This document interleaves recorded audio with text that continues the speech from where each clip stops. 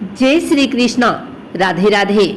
आइए जानते हैं श्री कृष्ण की छठी पूजन विधि और लड्डू गोपाल की कथा।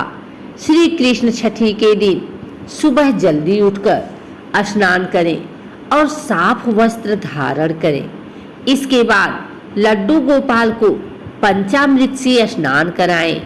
इसके लिए दूध, घी, शहद, शक्कर और गंगा जल से बने पंचामृत का प्रयोग करें।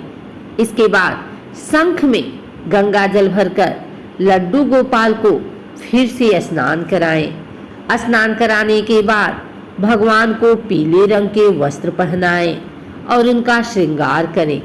इसके बाद लड्डू गोपाल को माखन मिश्री भोग लगाएं। भोग लगाने के बाद भगवान का नामकरण करें। माधव, लड्डू गोपाल, ठाकुर जी, कान्हा, कन्हैया, कृष्णा, इनमें से जो भी नाम आपको अच्छा लगे वो चुन लें और भगवान को इसी नाम से पुकारें। इसके बाद भगवान के चरणों में अपने घर की चाबी सौंप दें और भगवान श्री कृष्ण से प्रार्थना करें कि वे सदैव आपके परिवार पर अपनी कृपा बनाए रखें और सबका पालन पोषण करें। इसके बाद लड्डू गोपाल की कथा सुने। इस दिन अपने घर में कढ़ी चावल अवश्य बनाएं। आइए सुनते हैं लड्डू गोपाल की कथा। एक पौराणिक कथा के अनुसार भगवान श्री कृष्ण के एक परम भक्त थे जिनका नाम था कुंभन दास। उनका एक बेटा था रघुनंदन। कुंभन दास के पास भगवान श्री कृष्ण का एक चित्र था जिसमें वह बांसुरी बजा रहे थे। कुंभन दास हमेशा भगवान श्री कृष्ण की पूजा आराधना में लीन रहा करते थे। वे कभी भी अपने प्रभु को छोड़कर कहीं नहीं जाते थे। एक बार कुंभन दास को वृंदावन से भागवत कथा के लिए बुलावा आया। पहले तो कुंभन दास ने जाने से मना कर दिया, परंतु लोगों के आग्रह करने पर वे भागवत में जाने के लिए तैयार हो गए। उन्होंने सोचा कि पहले वे भगवान श्री कृष्ण की पूजा करेंगे और फिर भागवत कथा करके अपने घर वापस लौट आएंगे।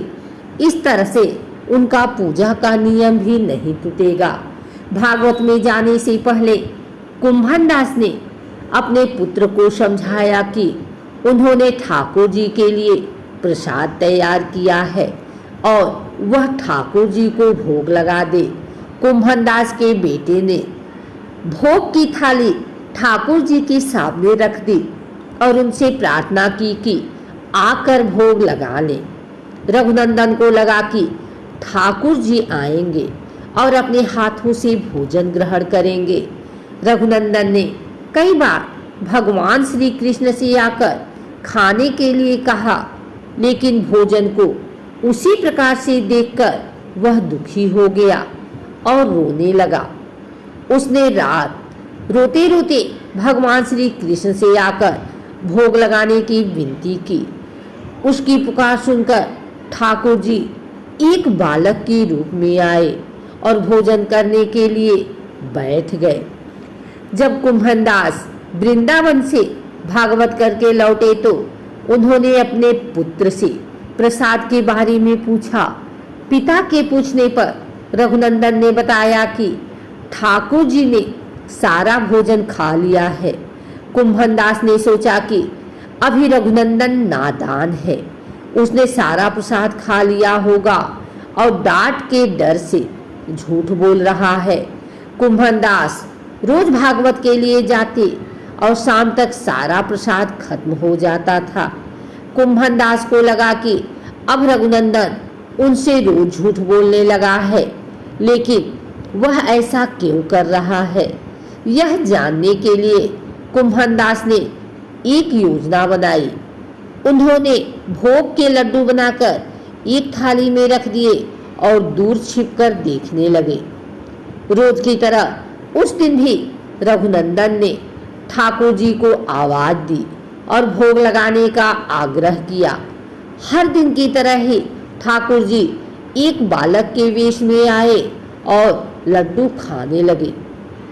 कुंभनदास दूर से इस घटना को देख रहे थे। भगवान को भोग लगाते देख वह तुरंत वहां आए और ठाकुर जी के चरणों में गिर गए।